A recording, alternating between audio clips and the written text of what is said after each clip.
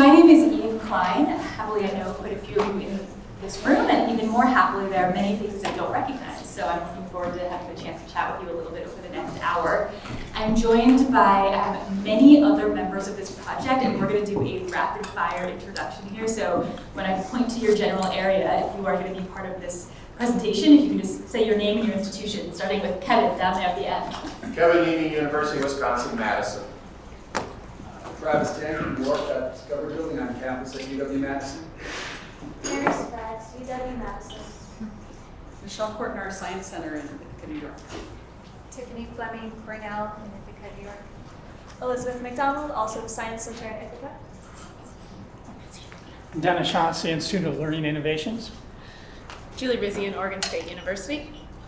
I almost feel like I should just have the people who aren't part of this project stand up because there are so many of us.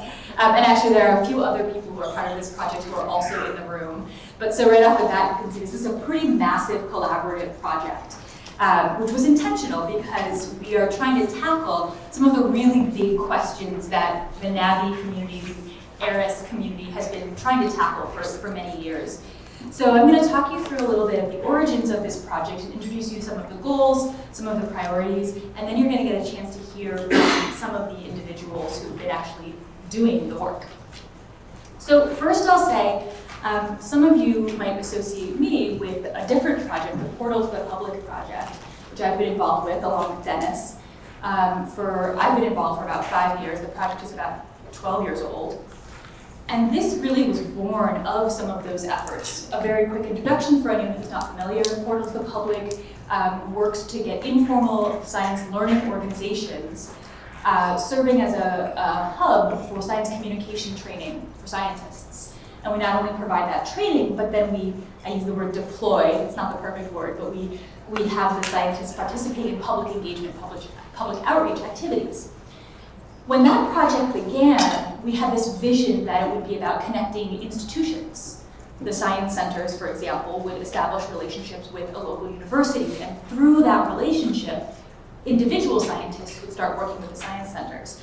But what we found very quickly is that it was individual scientists themselves who were finding these programs. There really wasn't much institutional level relationship being established. So we were thinking on it quite a bit, and as we started coming to these broader impact meetings, we realized this might be the perfect way, the perfect sort of mechanism for getting the organizations at the institutional level into conversation. So our premise for this project was that to do public engagement type broader impacts work, and I want to acknowledge right off the bat that broader impacts can take a big wide range of different forms. For this project, we are specifically focused on the public engagement form. That work takes a big wide range of skills, of knowledge, of resources. We heard a lot about some of those at lunch today. But these are not often held by the same person in the same department or even at the same organizations. So our idea was that by bringing together the people who have these different knowledge, skills, resources, we can streamline the process, we can do this work more effectively, and we can kind of stop reinventing the wheel. We can stop requiring each of us to try to be developing all these different skill sets. Instead, we can work collaboratively. So the goal of this project, which I should say is funded by the National Science Foundation, we have an ASIL, Advancing Informal STEM Learning grant. It's a 3-year project. And the goal here is for us to look at the partnership level. What does it take to get large organizations in partnership with one another and institutionalize that partnership? And we'll come back to that word institutionalize a little bit later on because that's come up many times in the last 2 days. And we want to talk a little bit more. What does that actually mean? What does that look like at our various organizations? To my 2 Twitter followers out there, I was posting about this earlier. And so then based on what we've learned, so the research is really at its core about these institutional relationships. And based on what we learn, we're hoping to develop a set of tools. We've actually got a draft version already, a set of tools that support other organizations in establishing these partnerships. So this just reiterates some of those project goals. I won't go into too deep here. Some of these probably seem familiar. Again, these are ideas that have been coming up for years at these meetings. Important to say, here's what we're not trying to do, just to clarify the scope of this actual project. First, we absolutely are not trying to prescribe or even design a model. We thought we were going to. That's where we started when we wrote our proposal, but very quickly it became clear that there is no such thing as a common model around this type of partnership. We also, in this project, are not focused on assessing the quality of the broader impact statements or of the activities once they're developed. All of us who are involved in other parts of our jobs are thinking about those questions, but this particular research project is not focused on that piece. And then I just threw this last one in here because this is a Kevin NIEMI-ism. He keeps saying, make sure they know we're not trying to solve BI. We're not doing everything. We are just focused on this one little piece. I like that phrase. Very quickly, I alluded to the fact that we have a draft toolkit out there. You'll hear from some of the other teams a little bit more about how these tools fit into the work that they are doing. These were some of the critical steps that we established right after that. So we said, it's really, really important that both of the organizations who are looking to get into a partnership know what their own priorities are, know what their own assets are. Even at some smaller institutions, I'm always amazed to realize how much of the right hand not knowing what the left hand is doing there actually is. There's this idea that has come up a couple of times. Was anyone in the session right before lunch that was also about informal science? I know Haley's in here somewhere. I don't know where. There she is. So she ran a fabulous session earlier today talking a lot about informal science education institutions partnering with universities, and they got a lot into this menu of outreach options idea.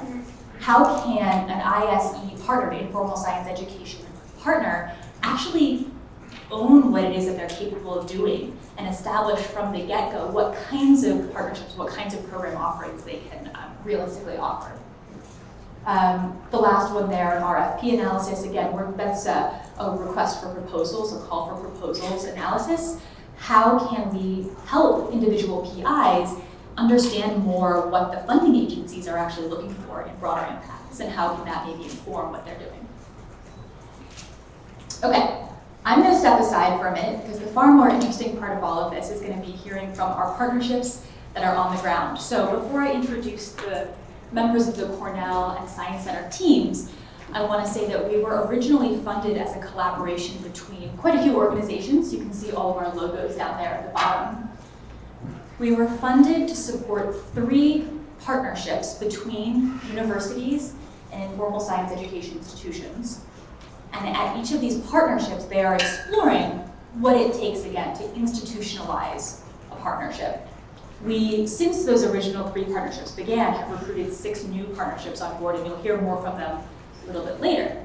But first, I want to turn it over to Michelle, Tiffany, and Elizabeth, who will talk a little bit about what has been happening in New York. Quickly. Quickly.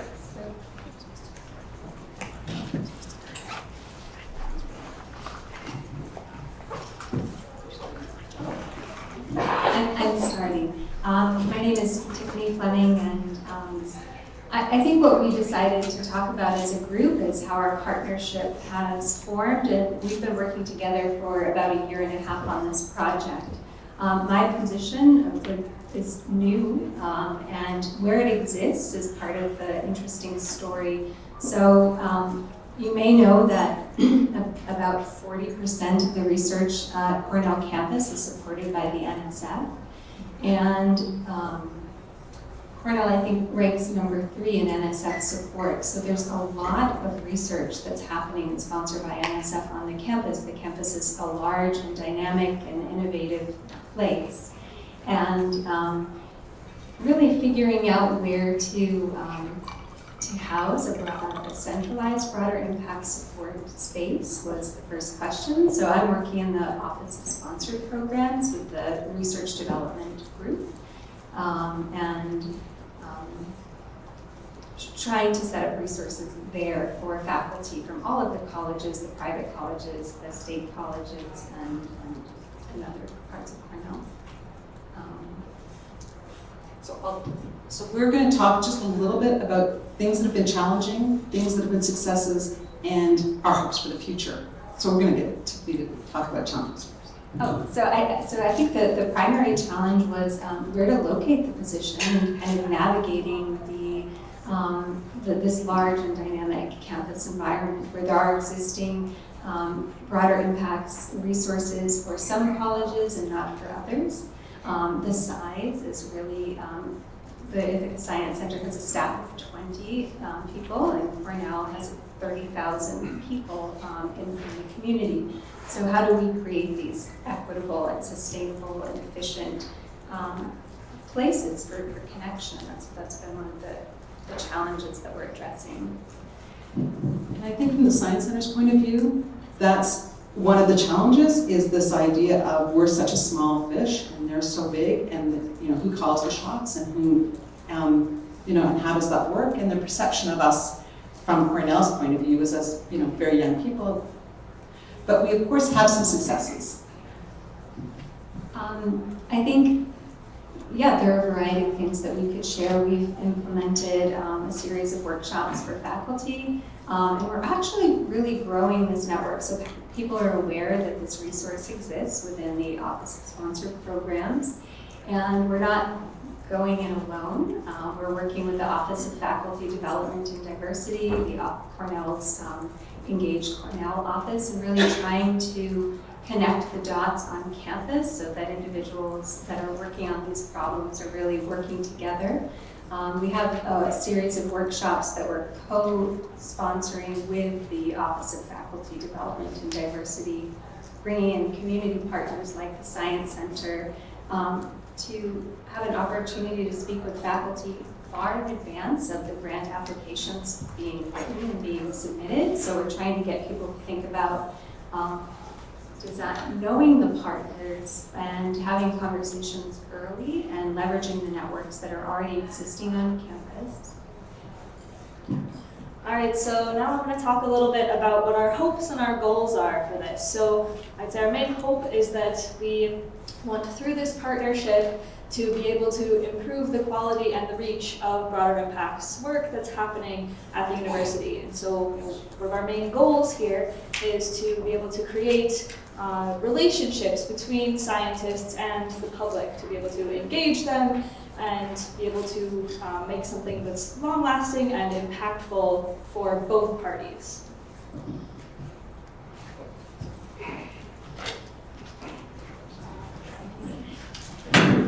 So I'm Kevin NIEMI with the Wisconsin Institute for Science Education and Community Engagement, and I obviously work on the latter half of things. And what, too far? Okay. There you go. Thank you. Usually have to stick it in your mouth. Okay, good lavalier here.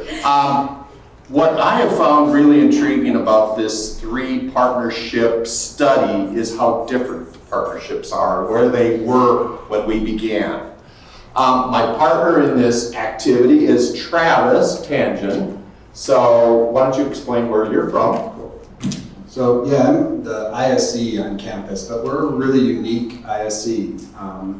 We have 2 different research institutes that are both nonprofits, as well as a UW-Madison Research Institute in a 40,000 square foot first floor. That we don't have any exhibits, but we develop all of our engagement activities by using researchers as exhibits and doing professional development. So our people, our campus of 65,000 become our public engagement sphere to make engagement happen there, and then beyond there through our festival or statewide science festival and other community engagement activities. I want to come back to a few specific things about sustainability and institutionalization of how we're designing our workshops, and give Mary a chance to just say hi. Hi. So I'm a project assistant, so if you're ever wondering how to get other students that aren't yet quite professionals into BI assistantships.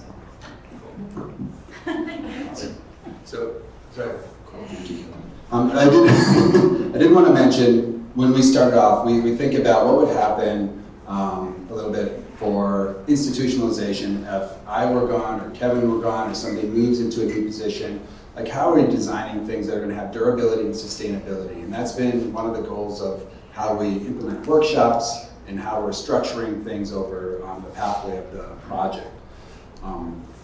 our decentralized campus allows for a lot of looking at different resources at different schools and colleges that may have an in if we can facilitate a resource that is either online or hybrid type of activity where their research and sponsored group in the College of Engineering, for example, might be able to augment their existing support for researchers to connect more directly to broader impacts. So that's a lot of what we're looking at long term. And having a UW-Madison partner like Kevin is able to make those connections to the deans and leaders to start to facilitate and broker that sustainable and institutional aspect. My institute has evolved over the years. I think we're on our 5th different name in my 23 years with it. And our location has changed a bit too. We've always seen ourselves as a Switzerland. We're neutral because we have at least 8 or 9 colleges or schools that do science research. So if we were affiliated with one of them, the others would shun us. So we're actually in the provost office. And likewise with the Discovery Institute, probably 95% of our staff and faculty would think it is UW-Madison, but it's not. It is an independent entity run by our Wisconsin Alumni Research Foundation. But it is so integral to the activities on our campus that people don't see it as an outside institution. And that creates a lot of interest in that I am on campus and we have a very vibrant group of science outreachers and community engagement professionals at the local unit level. And we bring them together routinely, weekly meetings that Travis is part of. So we're always scheming to work together on our campus to engage our researchers into outreach and community engagement and broader impact activities.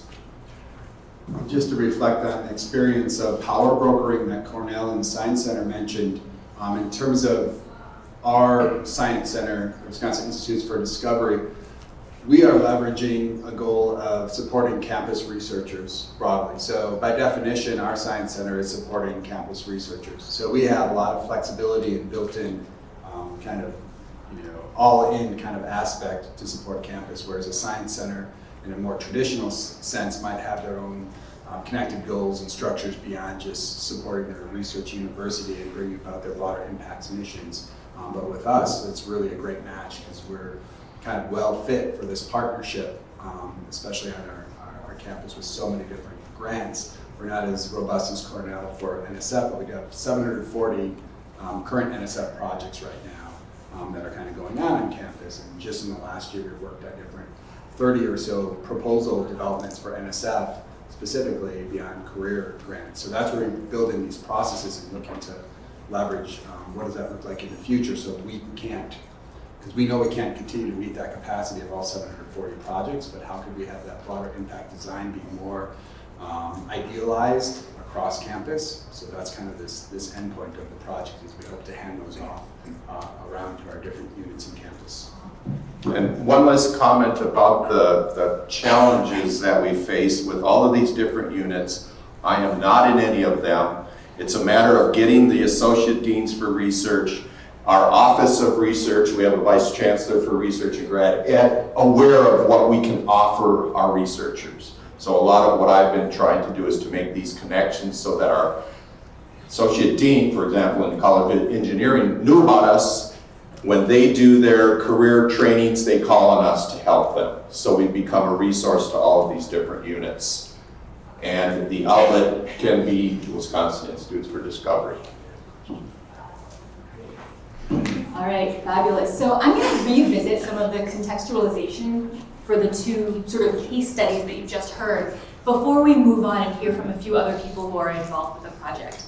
I actually realized I should have done this at the beginning. I want to get a better sense of what types of organizations you all are representing. So can you raise your hand if you are based at a university?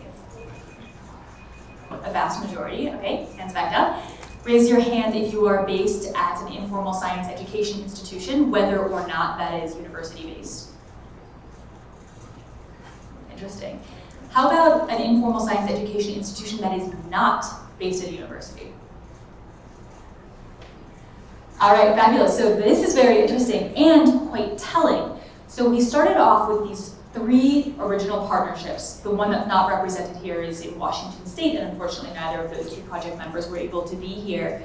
But one of the real goals was to think about some of the power imbalances that are part of these partnerships. So in several other sessions, we've heard reference to, oh, how glorious it would be if only universities and science centers, I'm using Science Center as sort of a shorthand for all of these ISEs, if only they could work together and share their expertise. But what we're really finding is that those partnerships are challenging. First of all, we're not all in the same rooms having the same types of conversations. Second of all, the staffing sizes are sometimes dramatically different. The money is dramatically different on different sides of this partnership. And increasingly, we were finding that science centers and other informal science learning organizations just didn't feel like they had any power. They didn't feel like they could say no, for example. So when they were being asked last minute to be a partner on a broader impacts project, I worked at a science center for 13 years. Goodness knows any penny I could get in the door, I was encouraged to say, heck yes. So part of what we're trying to look at here is how can we help these ISE organizations own their expertise, recognize the value of it, and be prepared so that when those opportunities arise, they can say, actually, you know what? That's not our strategy right now. Here's what we're trying to do. If you've got opportunities to partner around that, we would be thrilled. And also to have these relationships established long enough in advance, rather than them being merely transactional.